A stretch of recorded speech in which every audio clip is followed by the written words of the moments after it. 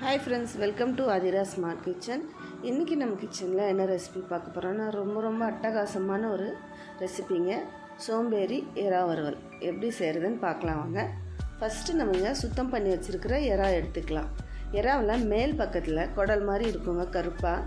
அதை கத்தியில் ஒரு கீரல் போட்டிங்கன்னா எடுத்துடலாம். கண்டிப்பாக அதை சுத்தம் பண்ணிவிட்டு தான் நீங்கள் சேர்த்துக்கணும். 1/2 கிலோ எறா இங்கே சுத்தம் பண்ணி எடுத்து வச்சுருக்கேன். 1/4 டீஸ்பூன் அளவுக்கு மஞ்சள் தூள், 1 டேபிள் ஸ்பூன் அளவுக்கு தனி மிளகாய் தூள், 1 டேபிள் ஸ்பூன் அளவுக்கு கரம் மசாலா, 1 டீஸ்பூன் அளவுக்கு நான் இங்கே உப்பு சேர்த்துக்கிறேங்க. கட் பண்ணி வச்ச தக்காளி 2 தக்காளி சேர்த்துக்கலாம். வெங்காயமும் 2 வெங்காயம், பெரிய வெங்காயத்தை கட் பண்ணி அதை இதில் சேர்த்துக்கலாம். கொஞ்சமாக கருவேப்பிலை, இஞ்சி பூண்டு பேஸ்ட்டு 1 டேபிள் ஸ்பூன் அளவுக்கு சேர்த்துக்கோங்க. பாதி லெமனோட ஜூஸ் இதில் சேர்த்துக்கலாம். நான் சின்னதாக இருக்கிறதுனால 3 பச்சை மிளகாய் எடுத்துருக்கேங்க. நீங்கள் பெரிய பச்சை மிளகாய் சேர்க்குறதா இருந்தால் 1 2 கட் பண்ணி சேர்த்துக்கோங்க. கண்டிப்பாக இதுக்கு சீரகத்தூள் தேவைங்க. 1 டேபிள் ஸ்பூன் அளவுக்கு சீரகத்தூள் சேர்த்துக்கோங்க. இப்போ இதுலேயே நம்ம எண்ணெய் சேர்த்துக்கலாம். கிட்டத்தட்ட ஒரு 3 டேபிள் ஸ்பூன் அளவுக்கு எண்ணெய் சேர்த்துட்டு இதை நல்லா பிசைஞ்சு வச்சுருங்க. இது மசாலாலாம் எறாவில் நல்லா ஊறணுங்க.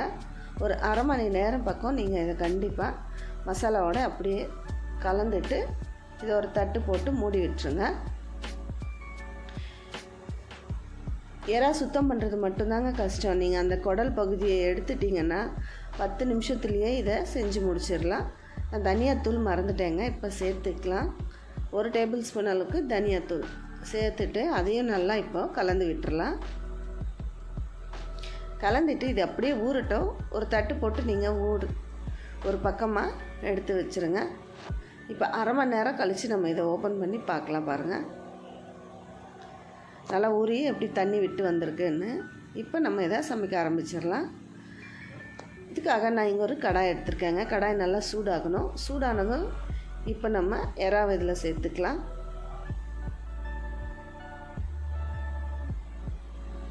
சேர்த்துட்டு இதை நல்லா கலந்துட்டு மூடி போட்டு ஒரு 5 நிமிஷத்துக்கு ஹை ஃப்ளேமில் விட்டுருங்க. 5 நிமிஷம் கழித்து நம்ம இதை ஓப்பன் பண்ணி பார்க்கலாம். நல்லா தண்ணி விட்டு வேக ஆரம்பிச்சிருக்கு பாருங்கள்.